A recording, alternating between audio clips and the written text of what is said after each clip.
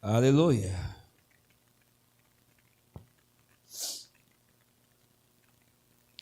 E para você que está vindo hoje, eu te incentivo a vir a todas as outras terças-feiras, porque nós vamos falar sobre todas as cartas às igrejas do Apocalipse. Se a gente sentir inspiração e der gosto, a gente entra livro adentro. Amém? Glória a Deus. Apocalipse 1, versículo 19. Palavra de Deus para nós que diz assim: escreve essas coisas que tem visto, e as que são, e as que depois destas hão de acontecer. Escreve as coisas que tem visto, as que são, e as que depois destas hão de acontecer. Me dê sua atenção de presente, por favor. O livro do Apocalipse. Apocalipse vem da palavra grega apocalipsis, que quer dizer desvendar, tirar o véu. Então, Apocalipse quer dizer revelação. O que nós temos que entender é que revelação nem sempre é algo novo. Revelação pode ser o entendimento de algo antigo. Então, Deus desvendou, tirou o véu, nos fez ver. Necessariamente uma revelação não se trata de algo inédito, singular, novo, não. Às vezes, Deus, ele pode trazer o entendimento de algo que já existia e a gente não entendia. Vocês estão aqui? Contudo, o livro do Apocalipse, a revelação do Apocalipse é uma revelação gradativa e paulatina. Como seria?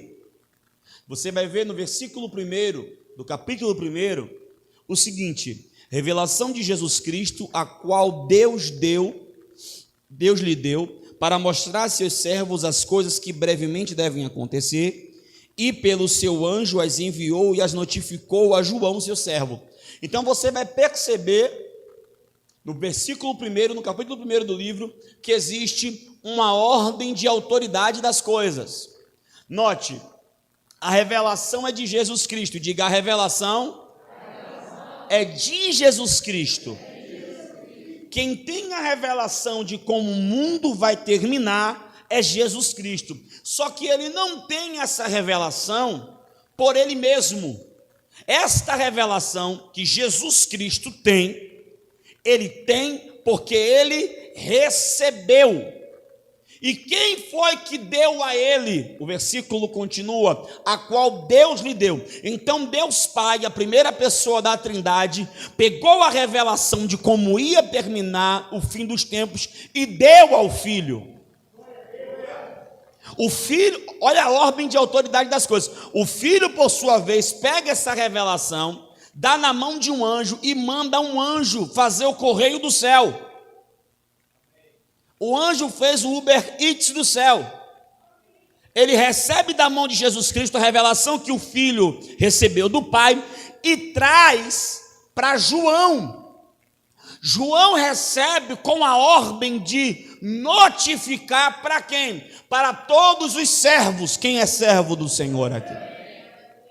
Então, nós recebemos por intermédio de João, o que João recebeu por intermédio de um anjo, o que o anjo recebeu por intermédio do Filho, e o que o Filho recebeu por intermédio do Pai. Pegou o negócio aí? E João, por sua vez, ele vai notificar. E quando ele vai notificar, primeira coisa que ele notifica, versículo 3: bem-aventurado aquele que lê e os que ouvem as palavras dessa profecia e guardam as coisas que nelas estão escritas, porque o tempo está próximo. João, ele acaba de receber a revelação e a primeira coisa que ele notifica é essa aqui, ó: mais do que feliz. São três classes de pessoa. Quem?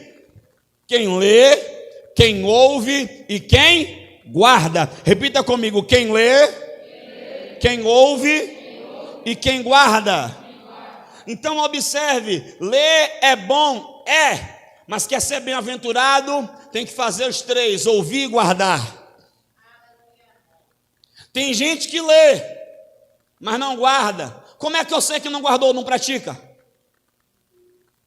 Tem gente que lê, mas não ouve. E você vai ver que Deus, quando Ele vai dizer sobre a palavra, ele diz assim, pega a palavra e inculca, bota na cabeça e na palma da mão. Ou seja, quando Deus vai falar com Josué, faça cumprir o livro dessa lei, nela medita de dia e de noite, para fazer tudo quanto nela está escrito, porque então assim fará prosperar o seu caminho. Josué 1:8. Você vai ver que bem-aventurado é aquele que medita na palavra de dia e de noite, porque será como a árvore plantada junto a ribeiros de água, cujas folhas não caem, e dá o seu fruto ao seu tempo. Salmo 1, do 1 ao 3. Então note, há uma bem-aventurança em meditar na palavra. Só que aqui no último livro da Bíblia, Deus está dizendo ao seu povo: a ordem é você guardar do início ao fim. E como é que guarda do início ao fim? Leia, ouça e guarde. Aleluia. Então, como é que se deu a revelação do Apocalipse? Bem, a história vai nos dizer que por ordem do imperador, o apóstolo João, ele é encerrado no cárcere. O imperador, querendo dar um show, fazer um momento de circo, uma palhaçada, a palavra é essa mesmo, querendo fazer média e mostrar o seu poder, ele pega João, encerra na prisão, e depois a ordem era que pegasse João e jogasse João num tacho de azeite quente. Imagine, irmãos, um azeite fervido a mais de 100 graus Celsius, o corpo humano jogado dentro de um azeite desse, viraria uma bola, uma massa humana sendo queimada, uma morte terrível, atroz, má, como muitos cristãos. Por exemplo, o imperador Nero, ele fazia os cristãos ele chama de vela humana. O que era a vela humana? Roma ficava escura à noite, ele pegava um poste, prendia o crente lá em cima, jogava azeite no crente, tocava fogo no crente, e ele queimava a noite toda. Outros, por sua vez, ele pegava e lançava aos leões, colocando o povo de Roma para assistir nos coliseus, nas arenas. E por que o povo romano aceitava essa atitude atroz? Porque Nero infamava os crentes, atribuía aos crentes atitudes e ações que eles nunca tiveram contra o governo. Só que depois, inclusive, Nero toca fogo em Roma e põe a culpa nos cristãos. Nossa, não está muito diferente de hoje. Deixa para lá. Se nós não estudarmos a história, nós incorremos no risco de cometer os mesmos erros do passado. Então, João, ele é o último dos apóstolos vivo. Quando eu digo último dos apóstolos, eu me refiro como o último dos apóstolos do Cordeiro, dos 12. Então ele encerra João na prisão, e querendo ele deter a marcha da igreja apostólica, ele anuncia a morte de João. Só que, irmãos, ninguém pode deter a marcha da igreja. Então coloca um tacho de azeite quente. Quando jogam João de um lado, João mergulha e sai do outro, ileso. Aleluia. E então o temor do povo aumenta. Nero, por sua vez, com medo de tocar naquele homem santo, pega ele e envia para a ilha de Patmos. A ilha de Patmos era uma ilha que tinha uma salinidade muito grande. E lá também tinha um problema com cobras muito grande. Então mandou para lá como um prisioneiro político, a fim de que ele morresse lá. João já era um idoso, quase que centenário.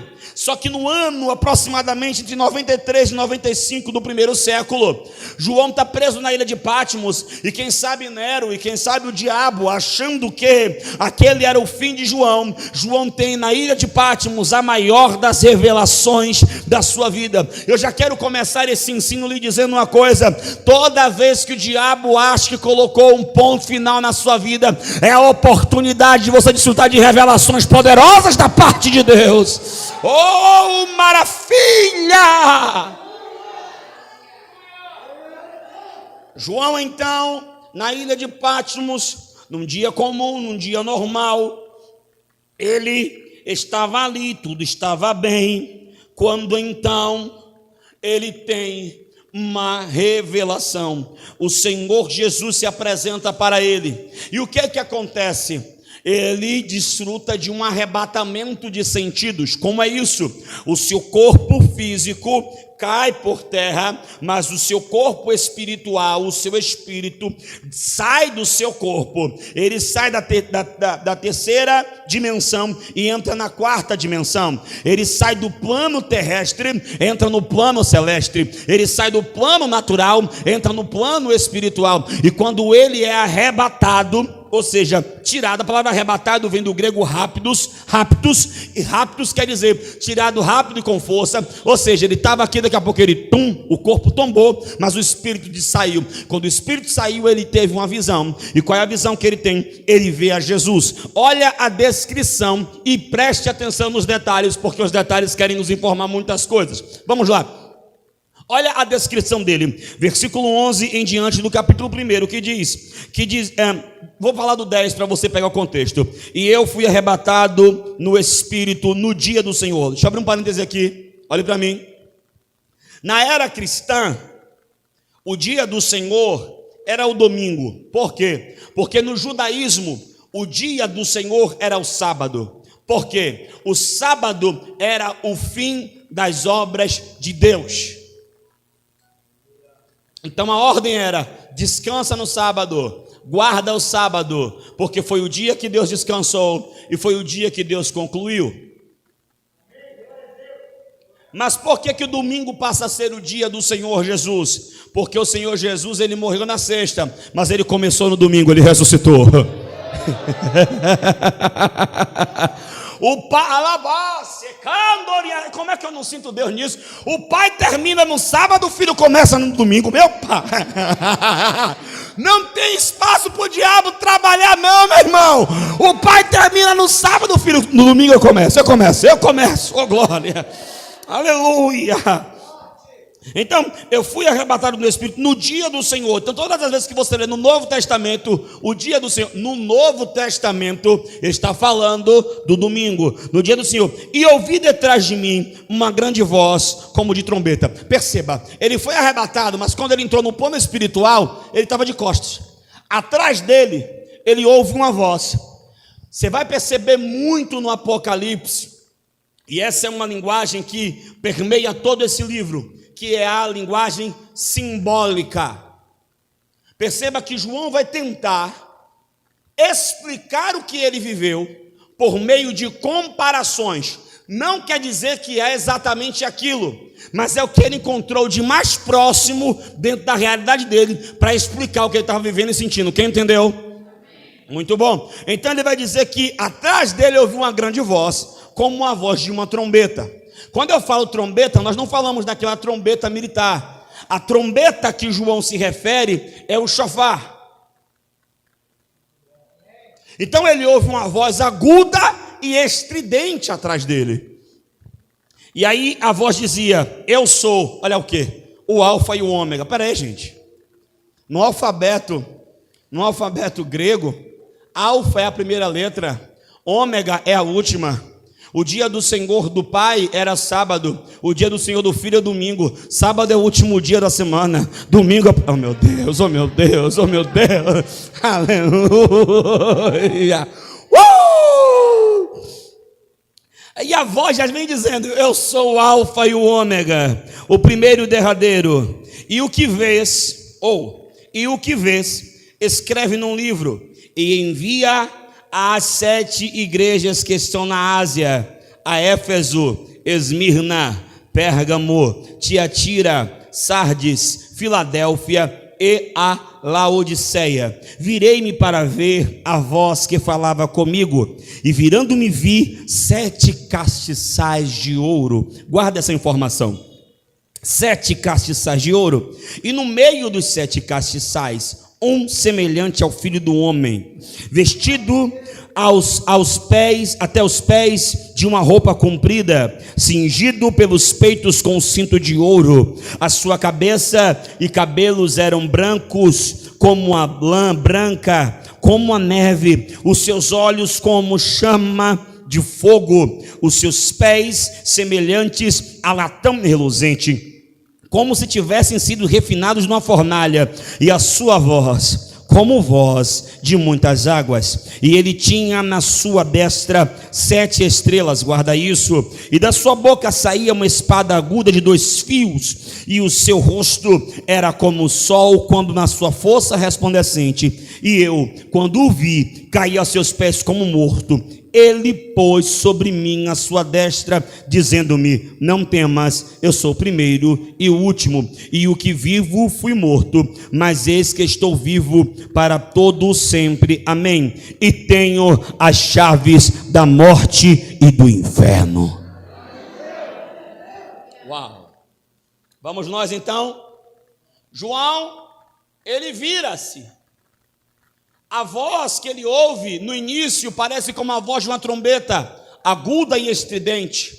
Depois ele vai dizer que essa voz é como uma voz de muitas águas. Parece que o mar, ele fala com eco. Se você parar para ouvir o mar, ele faz...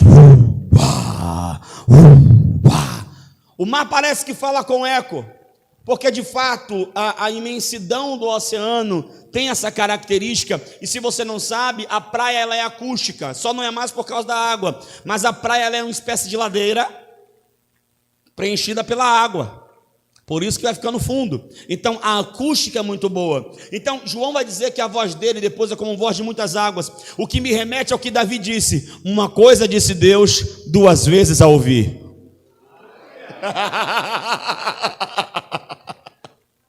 Aleluia. Então vamos lá. O que ele ia ver era para falar para as igrejas. Entendemos. Então ele vai dar uma descrição de Jesus. Como é que ele vê Jesus? Ele vê Jesus assim, ó, ele parado, e em volta dele, meio que flutuando, 7 castiçais de ouro. E ele está no meio dos 7 castiçais. Jesus é do manto, viu? Na sua mão direita tem 7 estrelas. 7 castiçais em volta dele, ele de pé, na sua mão 7 estrelas. Descrição corpórea de Jesus. Ele vai dizer que Jesus está com as vestes compridas até o pé. Isso fala de vestes sacerdotais. O que João está querendo nos dizer aqui por modo simbólico é que ele é o sumo sacerdote da nossa confissão. É ele que está à direita de Deus intercedendo por nós. Ai, meu Deus. Aleluia. Assim como o judeu da antiga aliança precisava de um homem que entrasse uma vez por ano e intercedesse por ele, nós temos um que já está lá. Ele não entra, ele já está lá. Ele não entra, ele já está lá, e está intercedendo por nós. Aleluia. E ele continua: as suas vestes são cingidas até seus pés, e ele está cingido com um cinto de ouro. Aleluia. Deixa eu falar um pouco sobre os materiais da Bíblia, porque ao longo desse ensino vamos precisar dessas informações. A Bíblia, ela é circundada por alguns tipos de materiais. Pois bem, então vejamos. Nós temos o ouro, nós temos a prata, nós temos o bronze e nós temos o ferro. Repita comigo: ouro, prata, bronze e ferro. Mais uma vez.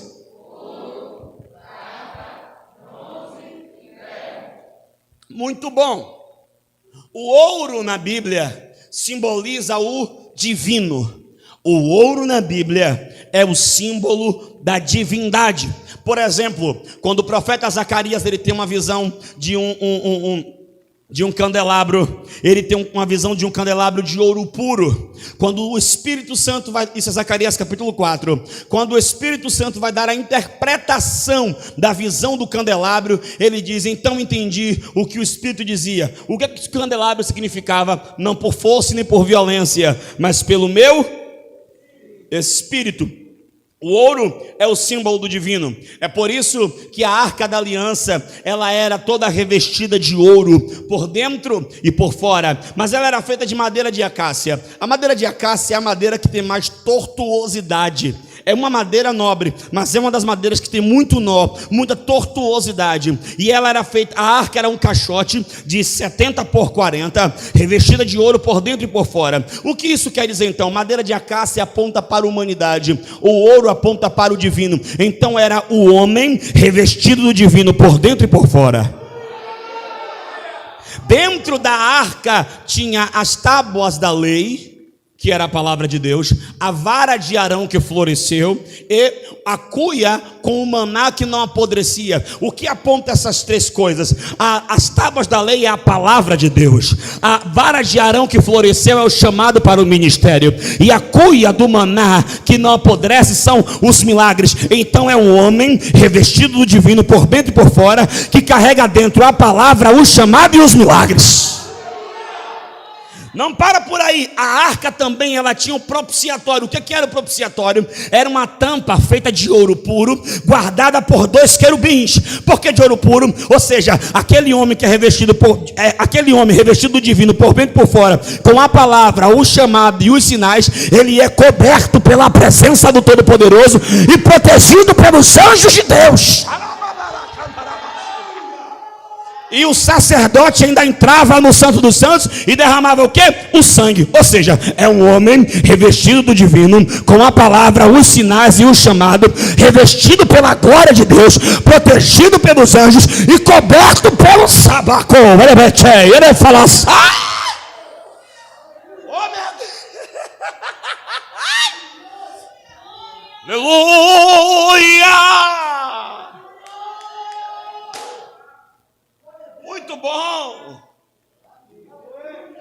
Vamos mais, vamos de Bíblia. Bíblia é coisa boa, eu amo a Bíblia, irmão. Aleluia. A prata, por que a prata é o símbolo de redenção? Todas as vezes que alguém tinha que pagar por algo, tomar de volta, era pago com prata. Prata é símbolo de você tomar de volta, devolver. Então, redenção. O bronze é símbolo de juízo. Eu vou explicar daqui a pouco. Bronze é juízo. E ferro aponta para o poder político. Quando Daniel teve a visão da estátua, foi que Daniel viu uma estátua com a cabeça de ouro, peito de prata, ventre de bronze e as pernas de ferro e barro. Isso aponta para o governo dos gentios, que é o que nós estamos vivendo. Então, por que os minerais vão decrescendo? Porque um império após o outro se torna menor. Vem primeiro o babilônico, o medo-persa, os gregos e os romanos. Então é a mesma coisa. O império babilônico foi muito grande, era cabeça de ouro, Nabucodonosor. Cai para o império medo-persa, prata, que é aqui o peito. Só que ele cai para o ventre é de bronze. Por que o ventre é de bronze? Porque pega o órgão genitor, e a profecia era que esse governo tomaria o mundo. Mas se nós formos estudar o governo grego, que é o governo de Alexandre o Grande, não tomou todo o mundo. Então parece que a profecia não se cumpriu? Obviamente que não, falta entendimento. Por quê? Porque o governo de Alexandre o Grande tinha a parte bélica, militar, mas tinha a parte cultural. Belicamente, militarmente, ele não tomou todo o mundo, mas o governo de Alexandre o Grande toma o mundo até hoje. Por quê? Porque o helenismo, a cultura grega, até hoje toma o mundo. Nós, o mundo ocidental, somos regidos ainda assim pela filosofia grega, a cultura cristã e o direito romano. Então a profecia se cumpriu. Oh meu Deus, dá um glória aí, irmão, vai. Aleluia. O aparelho reprodutor. Só que aí cai para quê? Cai para ferro e barro. O que é ferro e barro?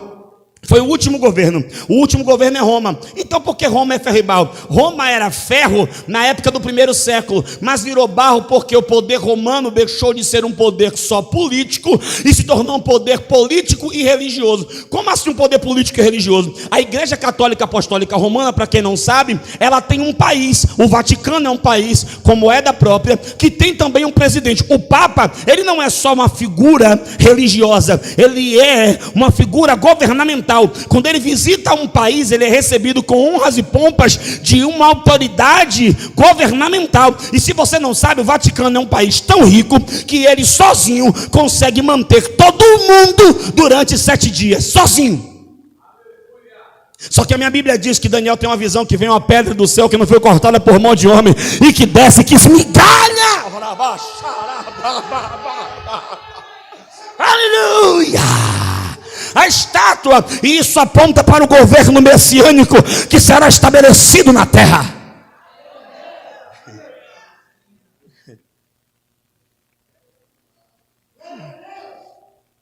Então, ferro fala de poder político. Então vamos de novo, para você que está anotando aí, eu estou falando rápido. Se eu estiver falando rápido, você me dá um sinalzinho assim que eu reduzo a marcha. Mas eu tenho que falar de 2 igrejas, me ajuda também. Então vamos lá. Ouro divino, prata, redenção, bronze, juízo, ferro, muito bom. Então, o apóstolo está vendo aqui Jesus com a roupa até o pé e ele tem um cinto de ouro. Ou seja, ele é um sacerdote divino. Porque o sacerdote da antiga aliança, ele tinha um peitoral com as 12 pedras, eram 3 colunas de 4 pedras, representando as tribos de Israel. Então, o sacerdote da linhagem de Arão, ele era terrestre, representando homens da terra. Jesus Cristo é um sacerdote, segundo a ordem de Melquisedeque, e ele é celeste, representando o céu. Oh, meu Deus! Aleluia! E como é que ele vê Jesus? Eu estou no versículo 14 ainda. Ele vê Jesus com a cabeça branca como a lã. A Bíblia vai dizer no livro dos Provérbios que as cãs brancas são honra para o Senhor. Ou seja, o cabelo branco é honra. Por quê? Porque segundo a cultura judaica, o cabelo branco aponta para a sabedoria, tempo vivido, para a experiência. Só que todos nós sabemos que Jesus morreu com 33 anos. Ele morre com 33 anos, então ele é um jovem. Como agora um jovem vai ser o que oficia diante de Deus. Só que ele é um jovem com cabelo branco. Por quê? Porque Daniel teve uma visão. Irmão, para você entender Apocalipse, tem que dar uma lidazinha em Daniel, tá bom? Passa lá depois. Daniel e Ezequiel, para você poder entender aqui Apocalipse. Daniel tem uma visão e fala que o governo do Messias seria o governo de um ancião de dias. Aí você entende a profecia. Ancião, como é que alguém vai ser ancião de dias? Ele tem 33 anos naturais, mas ele, meu irmão, existe desde antes.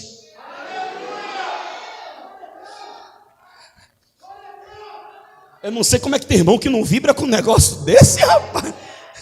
Ele é um assim. Então quando João vê com cabelo branco, 33, porque João conhecia ele. Ele tinha um cabelo preto de judeu. Agora está com cabelo porque ele é um ancião de dias. Aleluia. Só que João, quando olha nos olhos dele, João vê o rosto dele brilhando como o sol. E ele disse que é como um sol na sua força. Ou seja, irmão, imagine você olhar para o sol do meio-dia. João estava dizendo, o rosto dele brilhava como o sol do meio-dia. Por quê? Porque Moisés, quando ia conversar com Deus, ele recebia uma glória que desvanecia. Aí Moisés, para dizer que era crentão, ele cobria o rosto e todo mundo achava que a glória era permanente, mas a glória era desvanecente. Paulo diz, nós não, com o rosto descoberto, não levamos uma glória que vai embora, levamos uma glória permanente. E por que nós temos uma glória permanente? Porque o rosto dele brilha cocatai que vai essa outra. Ah, meu Deus. Oh! Aleluia! Só que eu acho que João fez um esforço, Casey, porque ele disse que o rosto dele é como o sol, mas ele disse que os olhos dele, oh meu Deus, são como chamas de fogo. O que João estava dizendo é: o rosto é de uma coloração, o olho é de outra. A Bíblia diz que Ezequiel, ele está nas margens do rio Quebar, e então ele vê a glória de Deus. Ele diz que vê a glória de Deus de uma cor âmbar. Âmbar é uma cor que cai mais para o vermelho. O sol é de gás hélio, então é uma cor que cai mais para o dourado. O que João estava dizendo é: o cabelo era branco, o rosto era dourado, mas o olho era vermelho como a chama de fogo. Por quê? Porque a Bíblia diz que os olhos do Senhor estão sobre a terra, contemplando os bons e os maus. A Bíblia diz que os olhos do Senhor prescrutam todas as coisas. Os olhos de Jesus são olhos apaixonantes, são olhos de fogo. Ele consegue prescrutar, penetrar, ele consegue entrar em qualquer coisa, em qualquer lugar. Quando João viu aquele rosto apaixonado, ele olhou para a boca.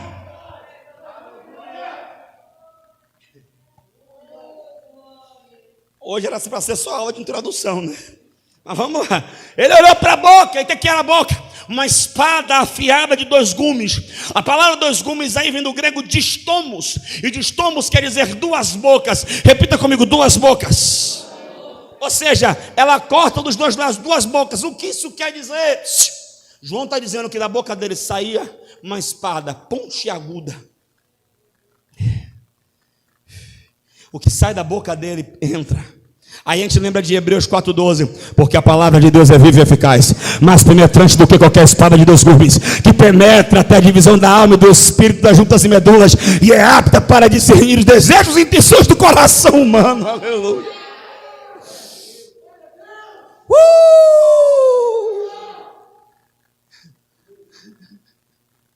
João, quando vê toda essa maravilha, quando vê toda essa glória, João disse: eu caí como morto. Ou seja, aquela revelação foi tão forte. Irmão, preste atenção. Minha pastora Ana, como é que cai como morto se ele não estava em carne, ele estava no espírito? Porque no versículo de número 10, ele diz: eu fui arrebatado. E agora, no versículo 17, ele diz: quando eu vi tudo isso, não, ou seja, a glória que ele viu de Jesus era tamanha, era tão grande, que nem o espírito dele conseguiu ficar de pé. Agora eu abro um parêntese e pergunto: se o espírito de um homem santo, lavado e remido pelo sangue, não conseguiu ficar de pé diante da majestade santa, quem dirás os demônios? Quem dirás os demônios? Quem dirás os demônios? Levante a mão e declare: o maior está conosco. Ah, meu Deus! Coisa maravilhosa. João, ele vê isso. E o melhor, quando ele cai, ele diz: ei, eu sou o que vivo foi morto. Por que ele fala isso para João? Eu sou o que vivo foi morto. Porque de todos os discípulos, todos se escandalizaram. Todos. É por isso que, se você for estudar a história da igreja, você vai perceber que todos os apóstolos morrem como mártires. E deixa eu abrir um parênteses e dizer uma coisa: morrer como mártir no reino de Deus é a maior honra que pode existir. Pedro é crucificado de cabeça para baixo. André pede para ser crucificado de lado, por isso que tem a cruz de André, é um asterisco. A de Pedro de cabeça para baixo. Tomé é flechado e lançado na Índia. Tiago é degolado, Paulo é degolado. Todos são mártires, todos são mártires. João foi o único que morreu de velhice. Por quê? Porque eu já disse: não há nada que você plante no reino de Deus que não tenha colheita. Quando todo mundo se escandalizou e foi embora, João ficou em pé ali ao pé da cruz. Oh meu Deus! Todo mundo deixou o mestre no momento de vulnerabilidade. João disse: daqui eu não aparto, daqui eu não saio, daqui eu não largo. Se me matarem, eu morro junto com ele, mas eu estou com ele. Eu não abro mão dele, eu não desisto dele, eu não me aparto dele.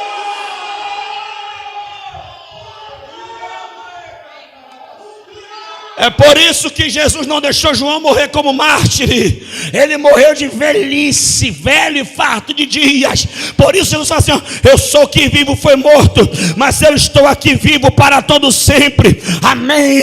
E é o que ele diz a João: João, é o seguinte, eu morri, mas ó João, eu fui lá no inferno, dei um piau no capeta e voltei com a chave. Chave na Bíblia fala de autoridade. Chave na Bíblia fala de autoridade. Ele está dizendo para João e está dizendo para a igreja: igreja, eu tenho nas mãos a autoridade. Oh, Takai, fala sabre que chore,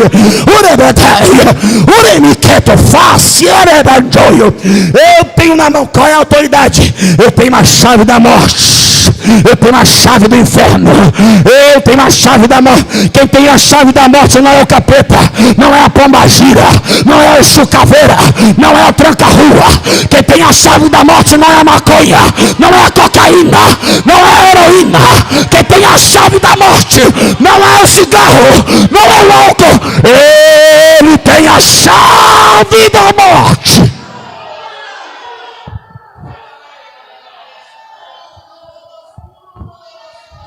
Oh, levante a mão, abra sua boca e adore aquele que tem a chave da morte e do inferno.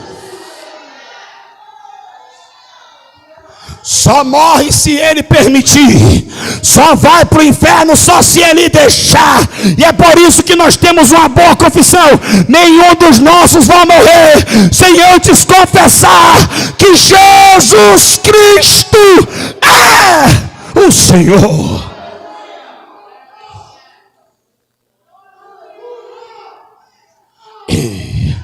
Eu tenho a chave da morte, tenho. E eu tenho a chave do inferno. Em Mateus 16, ele diz para os discípulos: olha para cá, irmão, que o nível de revelação está muito alto. Em Mateus 16, ele diz assim: para você, igreja, quem é a igreja que levanta a mão? Para você, igreja, eu dou a chave do reino. Diga: a igreja tem a chave do reino, mas Jesus tem a chave da morte e do inferno. Espera aí, bora fazer uma conta aqui, ó. Se a igreja tem a chave do reino, e é o reino que manda nessa biboca aqui, e Jesus tem a chave da morte e do inferno, não tem mais boquinha para Satanás. Oh, meu Deus, acabou para você, capeta. A chave do reino está com a gente. Aí ele diz: e as portas do inferno não prevaleceram. Por que as portas do inferno não vão prevalecer? Porque quem tem a chave é ele. Quem tem a chave é ele. Que, meu Deus, abre a canta, você canta, abaixa.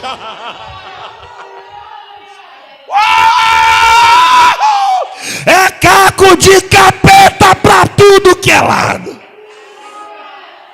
Aleluia. E aí ele explica no versículo 19 as coisas. Ele vai explicar o que? Esse é o versículo que nós lemos. A divisão bíblica do Apocalipse. A teologia divide Apocalipse em 7 partes. Jesus dividiu em 3 e eu fico com Jesus. Tem mais alguém? Olha a divisão de Jesus aqui, ó. Escreve as coisas que tem visto e as que são. Número 1, primeira divisão. As coisas que tem visto e as que são. As coisas que tem visto e as que são era para aquele tempo. Quem está aí? Aí. E depois, as coisas que iam acontecer. Então vamos lá. As coisas que tem visto, número 1, para aquele tempo. As que são, está estabelecido. E as que vão acontecer. Então Apocalipse, ele está dividido em o que está acontecendo, o que é para esse momento e o que é para o futuro. O que está acontecendo são as igrejas. O que é para aquele momento era o aperto, a perseguição que ia acontecer. Mas o que iria acontecer é do capítulo 4 em diante. Vocês estão aí? Pronto. E aí ele desvenda o primeiro mistério. Versículo 20. O mistério das 7 estrelas que tem visto na minha destra e dos 7 castiçais de ouro. Olha só. As 7 estrelas são os anjos das 7 igrejas. E os 7 castiçais que viste são as igrejas.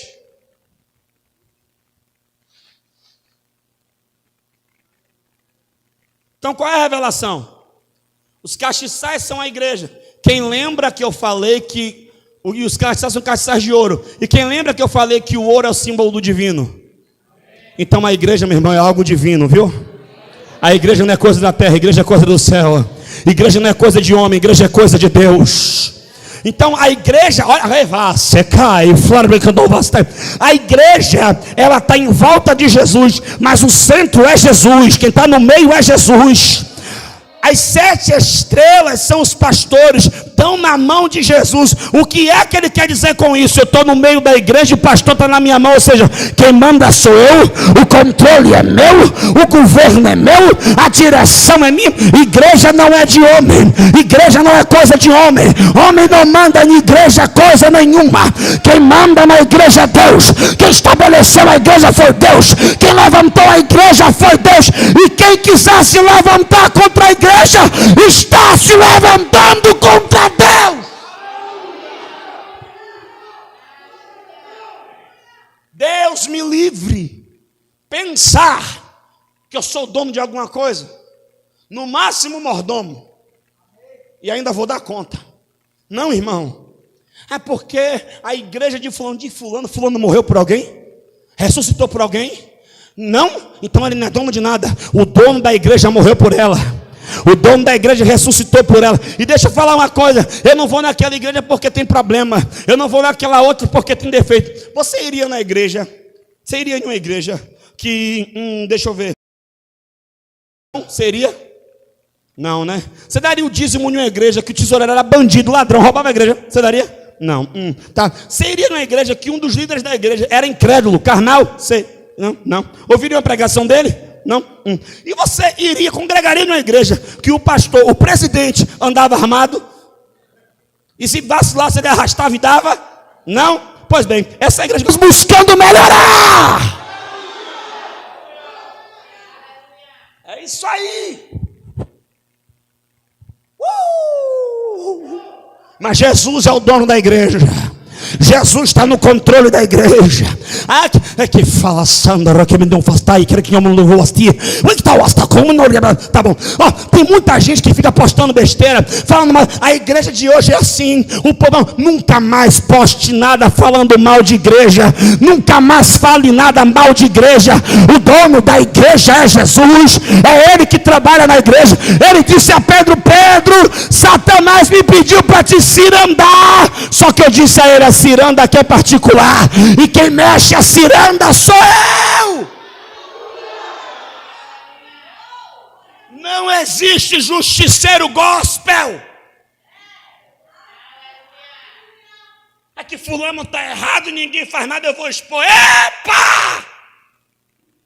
Deus tem seu jeito de tratar com cada um.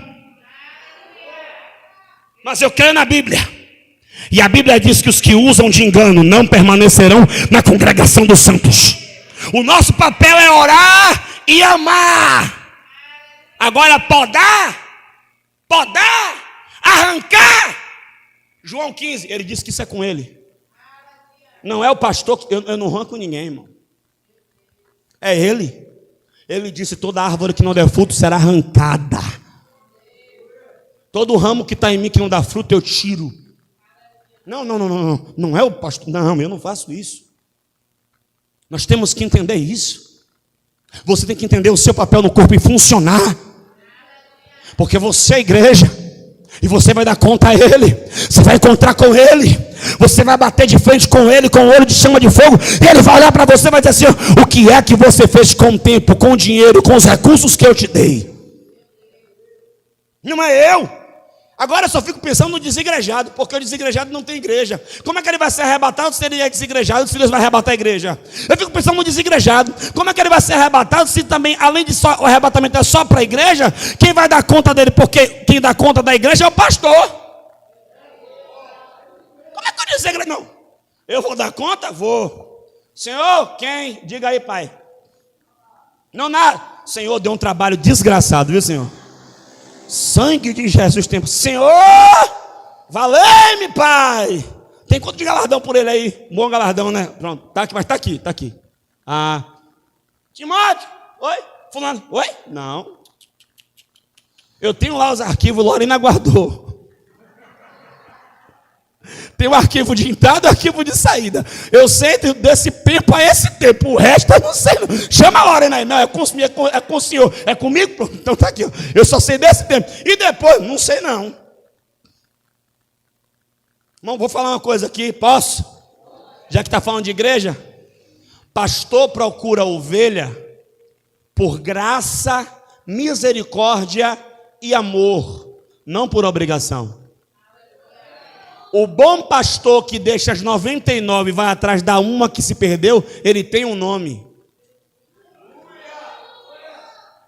Jesus. Não, porque tem agora um povo que está achando que não, ninguém me procurou. Não, querido.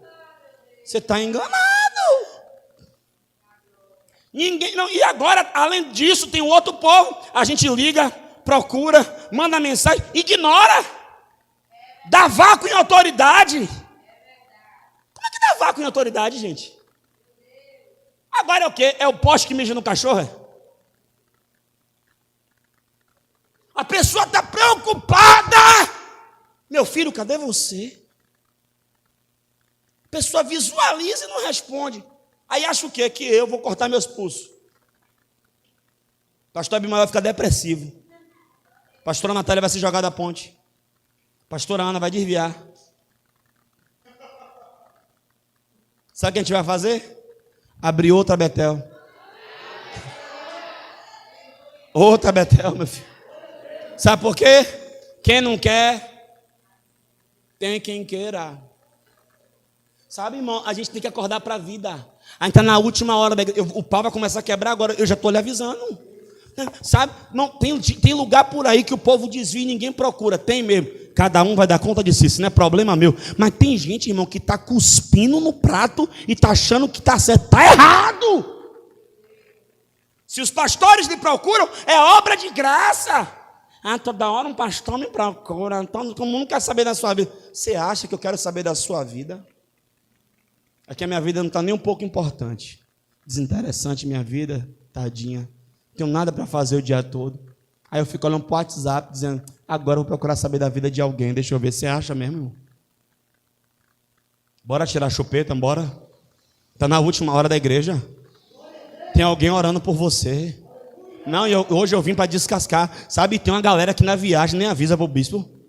Viaja. Aí está o bispo aqui na maratona de oração, perdendo 1 a 2 horas de oração pela criatura.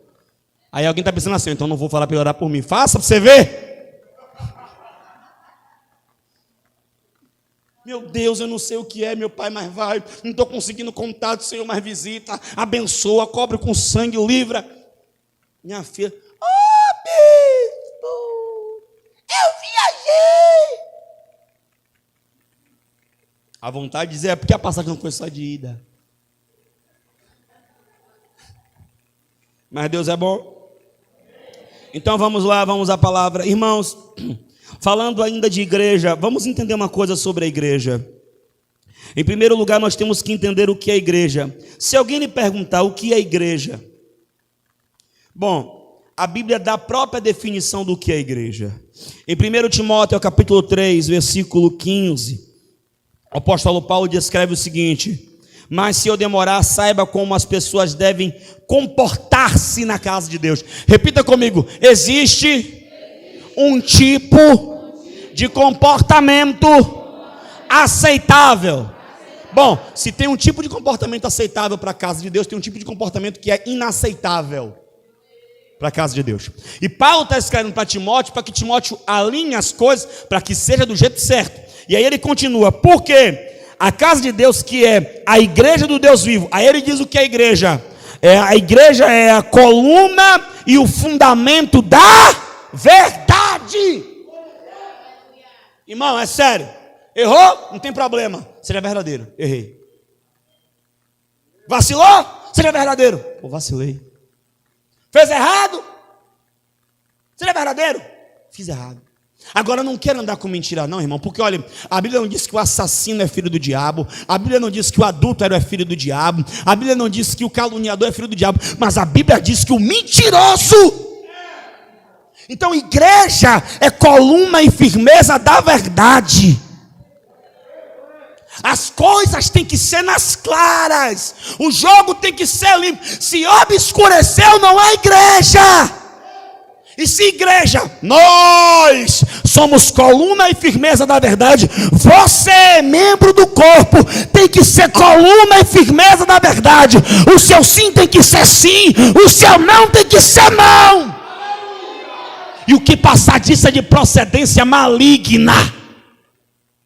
Não pode ter sombra. Falei. Disse. E também tem a humildade. Pô, estou errado, me perdoe. Isso é igreja. Quem está aqui? Coluna e firmeza da verdade. Diga comigo, igreja é a coluna e a firmeza de quê?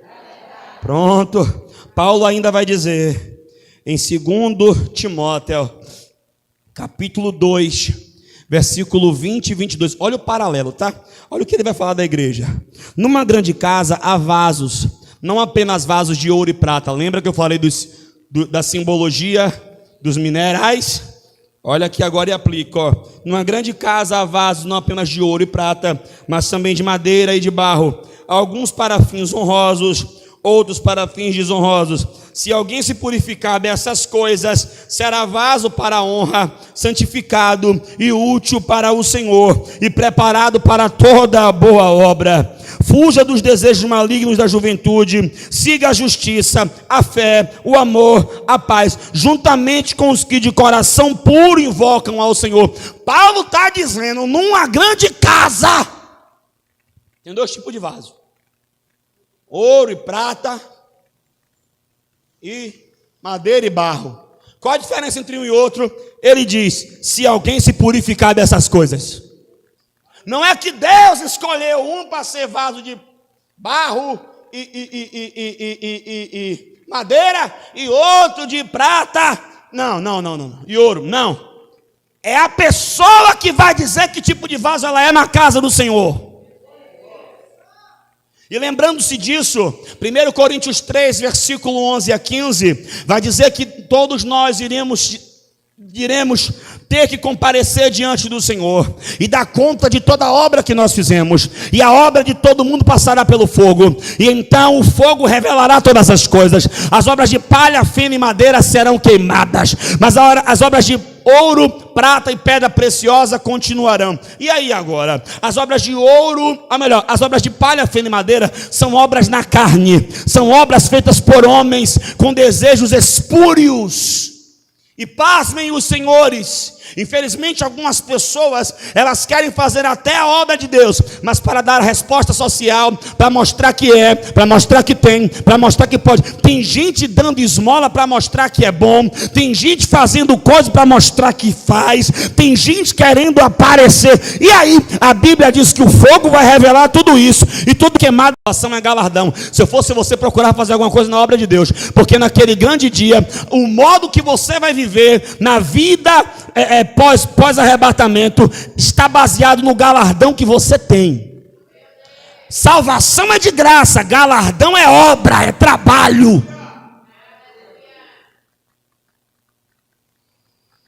Olha para o seu irmão e diga assim, ó, vai fazer alguma coisa, viu? E fale baixinho, e diga assim, ó, e veja como você vai fazer, viu? Porque Filipenses diz assim ainda, ó, fazer todas as coisas sem murmuração e nem contenda. É para fazer sem reclamar. Aí, ô bispão, obra de palha, feno e madeira é obra na carne. E você sabia que quanto mais obra na carne você faz, mais deduz das obras que não são na carne? O nível de inflação é alto. Deduz. Se eu fosse você, trabalhava mais, porque pelo sim, pelo não está fazendo, então a conta fica para ele. Quando passar a regra tem que sobrar alguma coisa. Bispão, beleza, já entendi. Palha, feno e madeira. Estou lascado. Tá. E as obras de ouro? Irmãos, é sério. Olha, eu vou falar uma coisa. 21 anos de evangelho. Eu prego o evangelho há pelo menos desses 21. Pelo menos uns 15 anos pregando o evangelho. como pregador do evangelho e como pastor 10. Quase, já 11, novembro agora vai para 11. Mas vou falar uma coisa, eu nunca dei uma indireta. Eu acho que naquele dia o Senhor deu indireta. Não, eu que preguei a palavra. É porque assim, para a mente pesada, toda a palavra é indireta. Quando a consciência está pesada, tudo dói. Mas eu nunca dei uma indireta. Sabe por quê, irmão? Porque eu vou dar conta. E posso falar outra coisa para vocês?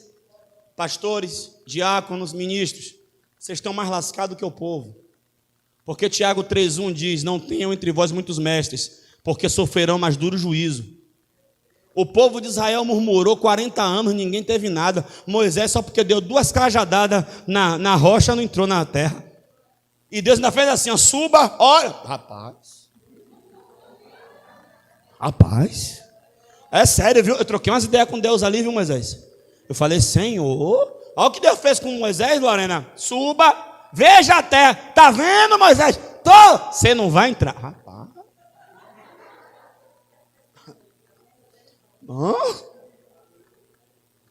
Por quê? Você está aqui, a cobrança é outra. Você está... Terão mais duro juízo. Ou seja, o irmão fez o mesmo erro que eu. Eu estou mais lascado que ele. Deus me cubra. Então vamos lá. Está pesando aí a palavra, né, irmão? Da glória que passa. Gente, rapaz, meu Deus. Gente, eu vou precisar de mais meia hora para pregar. Quem me dá mais meia hora? Todo mundo? Só mais meia hora? Vamos lá, gente, é feriado, vai. Ajuda aí. Vamos lá. E as obras de ouro, prata e pedra preciosa? Irmão, eu estou dando aqui a vocês detalhes demais, então ajuda também o pregador. Ouro, prata e pedra preciosa, vamos lá. Ouro divino, prata, redenção, pedras preciosas. Se você ler Apocalipse, você vai perceber que os fundamentos da cidade são de pedras preciosas. O que isso aponta? Diga reino. Pedras preciosas aponta para o... Então, ouro é divino, prata é redenção, pedras preciosas é reino. Vamos desmistificar? Então, as obras de ouro, prata e pedras preciosas são as obras que são guiadas por Deus, que leva a salvação ao homem e fundamenta o reino. Então, quando a gente tem obras que são guiadas por Deus, elas vão levar a salvação aos homens e vai estabelecer o reino de Deus. Essas obras teremos galardão. Aleluia. Então, esse é o entendimento do que é igreja, coluna e firmeza da verdade. Bem, meus irmãos, nós temos no Novo Testamento pelo menos 3 ministérios de projeção. 3 ministérios de projeção. Quais são? Nós temos o ministério de Pedro, de Paulo e de João. Concordam comigo? Se você ler a última carta de Pedro, que é a 2 Pedro, você vai ver o apóstolo Pedro levantando a questão da apostasia. A questão que Pedro levanta em 2 Pedro, a última carta escrita por Pedro, é a apostasia. O livro de 2 Timóteo é a última carta de Paulo, e Paulo levanta a questão do comportamento na igreja. Olha só, viu? As coisas como são entrelaçadas. As epístolas de João são as últimas cartas de João. E João, ele exorta a guardar a palavra. Então, olhe, João está exortando a guardar a palavra. Paulo está exortando a se comportar conforme a Bíblia ensina. E Pedro está dizendo, vigia por causa da apostasia. Então, quem não guardar a palavra e não se comportar como a palavra ensina, vai cair em apostasia. E o que é que nós estamos vendo? Muita gente caindo em apostasia. Por quê? Não quer congregar. Só que a palavra diz que congregar é mandamento.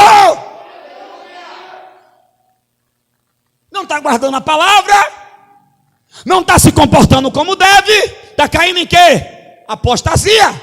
Porque, gente, ninguém desvia da noite por dia, não. O fogo vai baixando. Não está guardando a palavra manda meditar, manda ou não manda?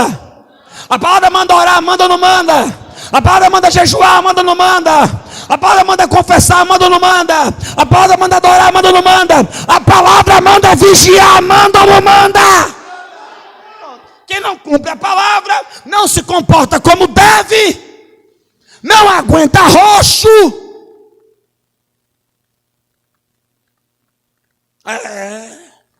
Porque eu estou daqui, ó, vá cuidar da sua vida. Aí tem carnal que pega isso, quando o irmão, rapaz, não estou lhe vendo na igreja. Nunca mais lhe vi, cadê você, velho? Pô, estou de maratona de oração, senti sua falta. Irmão, cada um na luz que tem. Que luz tu tem, treva? Se não está orando? Que luz tu tem se não está jejuando? Rapaz, gente, crente espiritual a gente conhece pela sombra. Para de graça, rapaz. Está faltando na gente é humildade. É dizer assim, ó irmão, não quer entrar em detalhe não? Pô irmão, já que você lembrou de mim, ore por mim. Nas suas orações, lembre do seu irmão. Tamo junto. Sabe, está faltando, sabe o que? É pedir ajuda a quem pode lhe ajudar. É pedir conselho para quem tem conselho para dar. É pedir, sabe por quê? Tem crente desviando por orgulho e arrogância. Estou passando meu perrengue aqui, mas estou aguentando. Para de palhaçada. Baixa a bola, que a Bíblia nunca ensinou isso. A minha, guardar, a minha Bíblia diz assim, ó, um ao outro ajudou, e ao seu companheiro disse, esforça-te. Se fosse para você andar só, Jesus lhe salvou e deixava numa ilha deserta. Olha, a gente, vai, que estou fastidio, obrigado. Não, a força, perceba, tanto bicho para Deus dizer que a gente é. Ele não diz que a gente é águia. Ele não diz que ele diz que a gente renova como? Comparação, mas não é. A gente ruge como? Leão, mas não é leão. O único bicho que ele diz que a gente é ovelha. Rapaz, você já viu ovelha? Que bicho, velho. Não tem um chifre. Não tem uma garra. Não tem um dente. Não tem um negócio de uns espinhos. Não tem um veneno. O bicho não tem nada. Não tem uma asa para voar pelo menos, pá! Não corre! E o pior, o miserável da ovelha ainda é míope. E outra, viu? É um bicho cri-cri. Se você for criar ovelha animal, tem que ser 2 pastores, um pastor e um co-pastor. Desde quando ele nasce, sabe por quê? Porque ele só ouve e tem confiança a voz do pastor. Quando ele fala assim, ó, me faz deitar em paz verdejante e me leva às águas tranquilas, porque ovelha é um bicho que se chegar num rio e ela ouvir o barulho da água, ela não bebe água, ela fica com medo, morre de sede perto do rio. Aí o pastor tem que pegar a água e levar na boca do bicho, senão não bebe. Agora ele só bebe da mão do pastor porque sente o cheiro do pastor e conhece a voz do pastor. Por isso tem que ser 2, porque na ausência de um, o outro cuida. Aí a Bíblia diz que você é ovelha. Eu fui orar e falei, Jesus, qual é a força da ovelha? Jogo roubado, hein? Pelo menos lá, quando eu servia as outras coisas, dizia que era um cavalo. O cavalo para mim dá um coice. Pelo menos o cavalo corre, dá um coice. Tal. A gente é ovelha. Aí o Senhor falou comigo. O poder da ovelha está no rebanho. Sozinho a gente é fraco. Sozinho, irmão, aqui nessa casa, irmão, teve coisa que a igreja se levantou para orar e Deus fez. Diagnóstico que o médico deu e mudou. Sentença que foi dada e foi mudada. Porque o poder da igreja está a andar em rebanho. Quem anda sozinho quer virar petisco de lobo. Ah, meu Deus. Aleluia, você está aí? E quando você vai ver Apocalipse, está dizendo para guardar a palavra. Irmão, você vai perceber que Paulo escreve para as 7 igrejas do tempo inicial. E que João vai escrever para as 7 igrejas do tempo do fim. Aleluia, aleluia. Então, observe aqui uma coisa. Quando nós vamos estudar Apocalipse, nós vamos ver Paulo escrever para Romanos, Coríntios, Gálatas, Efésios, Filipenses, Colossenses e Tessalonicenses. É bem verdade que tem 2 cartas aos Coríntios e 2 cartas aos Tessalonicenses. São 2 cartas para a mesma igreja. Então, se você contar Romanos, Coríntios, Gálatas, Efésios, Filipenses, Colossenses, Tessalonicenses, 7. Mas se você também for contar as cartas à igreja aqui no Apocalipse, também vai dar o mesmo número. Vai dar o número 7, que são Éfeso, Esmirna, Pérgamo, Tiatira, Sardes, Filadélfia e Laodiceia. O que é que nós entendemos? Nós entendemos que as 7 cartas do apóstolo Paulo são para o tempo inicial e as 7 cartas do apóstolo João são para o tempo do fim. Interessante é que Éfeso é a única igreja que se repete nas duas. Por quê? Porque a igreja de Éfeso é a igreja que ela encerra o período inicial e entra no período final. Então vamos a ela. Tomara que eu tenha feito vocês entenderem aqui, tá? Ajuda papai. A palavra Éfeso, ela vem... Não, deixa eu explicar aqui. Então vamos lá, né? Capítulo 2. Escreve ao anjo da igreja que está em Éfeso e diz isto diz aquele que tem na sua destra 7 estrelas, nós já sabemos, e anda no meio dos 7 castiçais de ouro. Conheço as tuas obras e o teu trabalho, a tua paciência, que não pode sofrer os maus. Puseste as provas que se dizem ser apóstolos e não são, e tu achaste mentirosos. E sofreste, tens paciência, e trabalhaste pelo meu nome, e não te cansaste. Tenho, porém, contra ti, que deixaste teu primeiro amor. Lembra-te, pois, de onde caíste, arrepende-te, pratica as primeiras obras, quando não brevemente a ti virei, e tirarei do seu lugar o castiçal, se não se arrependeres. Tenho, porém, isto, que odeias as obras dos nicolaítas, as quais também odeio. Quem tem ouvidos ouça o que o Espírito diz às igrejas. Ao que vencer, dá-lhe de comer da árvore da vida, que está no meio do jardim. Note aqui uma coisa. Você vai perceber que Jesus Cristo, todas as cartas, elas têm 2 coisas em comum. A primeira, uma apresentação peculiar. E a segunda, 3 coisas em comum, desculpa. A primeira, uma apresentação peculiar. Para cada igreja, ele se apresenta de uma forma. A segunda é uma promessa de vitória. Para cada igreja também tem uma promessa de vitória. Mas tem algo em comum a todas as cartas, que é a terceira coisa. É que ele diz o seguinte: conheço as tuas obras. Sabe, irmãos, Jesus não sabe só o que a gente faz. Ele sabe com que intenção nós fazemos. A gente pode jogar com os homens. Não, eu quis dizer isso, eu quis fazer aquilo. Com os homens a gente faz. Com Jesus? Não. E ele vai chegar para... Não, é sério. É que nem minha mãe. A minha mãe, ela olha assim e diz assim, ó: te conheço, rapaz. Irmãos, aquilo mexe com a minha espinha. Porque eu nunca menti para minha mãe. Eu preferia fazer sem ela saber, mas eu não sabia mentir, porque quando eu ia mentir, ela sabia que eu estava mentindo. E também a segunda coisa, que era medo de ela falar alguma coisa, porque tudo que eu me dizia que ia dar errado, dava. Então eu preferia que ela não soubesse. Quando ela sabia, já tinha feito. Só que Jesus, ele está dizendo para a igreja assim, ó: eu conheço as suas obras. Eu não sei você, mas ouvir essas palavras dá um frio na barriga, né? Não, agora eu quero que você imagine Jesus dizendo assim, ó: ei, eu conheço as suas obras.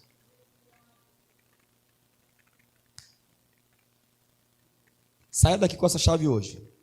Então, ele está dizendo para a igreja de Éfeso o seguinte: eu ando no meio dos 7 castiçais e tenho 7 castiçais. Ou seja, eu ando no meio da igreja e a igreja está na minha mão. Ele está dizendo para a igreja de Éfeso que tem igreja na mão. Por quê? Porque Éfeso, a palavra Éfeso, ela quer dizer do grego desejável. Ela é a última igreja da era apostólica. Ele está dizendo para a igreja desejável: eu tenho uma igreja na minha mão. Por quê? Quando você vai ler Atos 19, quando Paulo funda a igreja de Éfeso, Paulo chega lá, quem tinha pregado lá foi Apolo, cara. Ele chega e fala assim: já ouviram falar de Jesus? Nem conheço Jesus. Ele fala de Jesus, batiza os irmãos e impõe as mãos. Tem um batismo, 12 irmãos, pega fogo. E aí, meu irmão, que o pau começa a quebrar naquela cidade. Porque na cidade de Éfeso tinha um grande templo, a deusa Diana. E aí a galera agora começou a pegar os livros de artes mágicas e queimar em praça pública. Um avivamento nasce em Éfeso, meu irmão. O fogo pega. E Éfeso é uma cidade polo, porque lá tinha um porto. E de Éfeso dava para ir para as outras cidades. Então Éfeso era uma cidade influente e grande. Pela igreja de Éfeso passou Paulo, o apóstolo João e por último Timóteo. Timóteo foi o último bispo de Éfeso, porque ele tomava o controle das outras igrejas. Ele estabeleceu presbíteros, diga amém. estabeleceu presbíteros e diáconos para tomar conta das outras igrejas. E ele se comunicava com Paulo para que Paulo o instruísse e ele fosse, como também mandou Tito para Creta, uma outra grande cidade. Quando você lê as cartas pastorais, que são 1 Timóteo, 2 Timóteo e Tito, tá Timóteo em Éfeso, Tito em Creta, tomando toda a região que o apóstolo Paulo tinha fundado a igreja. Você está aqui? E o que é que me chama a atenção, cara? Uma igreja que foi tão bem fundamentada, uma igreja que foi tão bem levantada. Essa igreja, uma igreja que era fervorosa, uma igreja missionária, uma igreja ganhadora de almas. O que me chama a atenção é que Jesus disse que conhece as obras dela. E olha o que ele vai dizer. Aleluia. Eu conheço o teu trabalho. Fale comigo, a igreja trabalhava. Paciência, que não pode sofrer os maus, ó, é uma igreja que não aguenta sofrer. Gente ruim começa a perseguir a igreja, eles buscam logo a Jesus, Jesus tem que resolver. Ó, puseste à prova os que se dizem ser apóstolos e não são. Deixa eu explicar aqui uma coisa, irmão. Tem um bocado de Zé Mané que pega esse versículo e diz assim, ó, tá vendo? Não tem apóstolo. Deixa eu ensinar uma coisa. Você sabia que no Novo Testamento não tem nenhum homem que é chamado de apóstolo? Desculpa, de apóstolo não, de pastor. Não tem nenhuma menção. No Novo Testamento não tem. Nenhum pastor. Isso não é interessante? E a igreja dos nossos dias se tornou uma igreja pastoral. Interessante é que nós temos 68 notificações de alguém sendo chamado de mestre. 52 foi Jesus. 3 vezes alguém é chamado de evangelista. 120 vezes, só no Novo Testamento, alguém é chamado de profeta. 70 vezes alguém é chamado de apóstolo. Mas a palavra pastor só aparece uma vez no Novo Testamento, é em Efésios 4:11. E ele mesmo deu uns para apóstolos, profetas, evangelistas, pastores e mestres. Se você for dar uma estudada, nós temos 25 pessoas por nome sendo chamadas de apóstolos, inclusive uma mulher e o nome dela é Júnias. Está lá em Romanos 16. Nós temos um evangelista, Filipe. Por quê? Filipe só tem um evangelista. Porque tal qual Jesus é o exemplo de filho de Deus, Filipe é o exemplo perfeito do que é um evangelista e o que um evangelista faz. Nós temos 9 vezes pessoas com nome sendo chamadas de fulano, o profeta. Nós temos 4 pessoas pelo nome chamado de mestre, mas não temos nenhuma menção ao nome de pastor. E a igreja dos nossos dias todo mundo é pastor. Não é. Porque a palavra diz em Efésios 4:11 que ele deu os apóstolos, profetas, evangelistas, pastores e mestres, buscando aperfeiçoamento dos santos. Pergunta, está todo mundo perfeito? Está todo mundo perfeito? Para que cheguem ao pleno conhecimento do Filho de Deus. Todo mundo conhece Jesus plenamente? Para que cheguem à maturidade da fé. Todo mundo é maduro na fé? Então, se existe o ministério pastoral, existem todos os outros. Se o último apóstolo do Cordeiro era João, então, pelo menos, era só olhar se era João ou não. E dizer, não é João, então não é apóstolo. Só que a Bíblia diz que eles puseram a prova. Por quê? Porque as pessoas diziam ser apóstolo, mas não tinham sinais apostólicos. Poxa. Então, deixa eu falar uma coisa. Tem muita gente que diz que é isso e aquilo. Não é você dizer que é. Tem que ter sinal para ser. Eu sou evangelista, tem que ter sinal de evangelista. Eu sou profeta, tem que ter sinal de profeta. Eu sou apóstolo, tem que ter sinal de apóstolo. Eu sou pastor, tem que ter sinal pastoral. Diga amém. Muito obrigado. Então, eu já quero aproveitar isso aqui e dizer, os ministérios estão aí, os ministérios existem, os ministérios é por corpo de Cristo. Ministério não tem sexo. A palavra diz, não há diferença em Cristo, se é bárbaro, se é judeu, se é grego, se é cita, se é homem ou mulher, somos tudo em Cristo.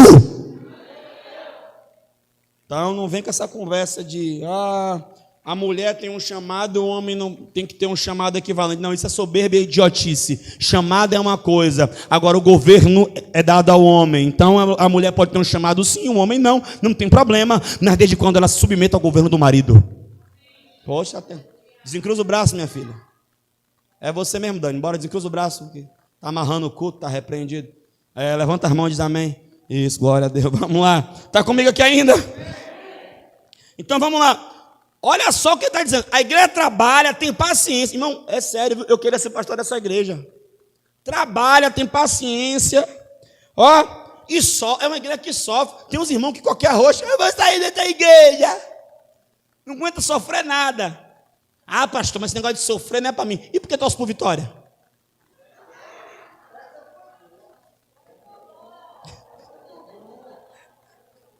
Esse negócio de sofrer não é para mim. Está torcendo para o Bahia por quê?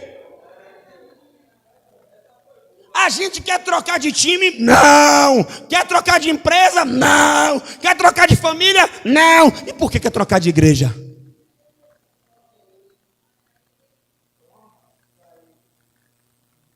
Vamos ver isso aqui, irmão.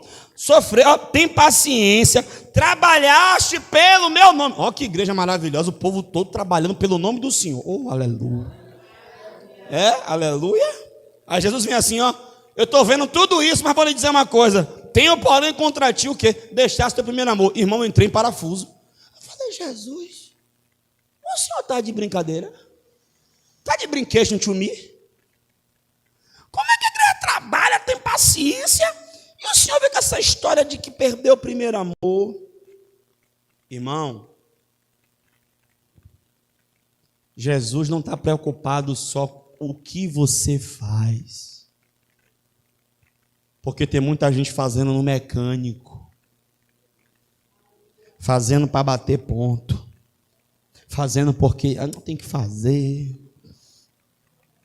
Ele não quer só que você faça, porque Jesus não está preocupado só com o que você faz. Ele está querendo saber o que é que está transformando em você enquanto você faz. A palavra primeiro aqui, que o pessoal fala, eu vou voltar ao primeiro amor. Irmão, deixa eu te falar uma coisa.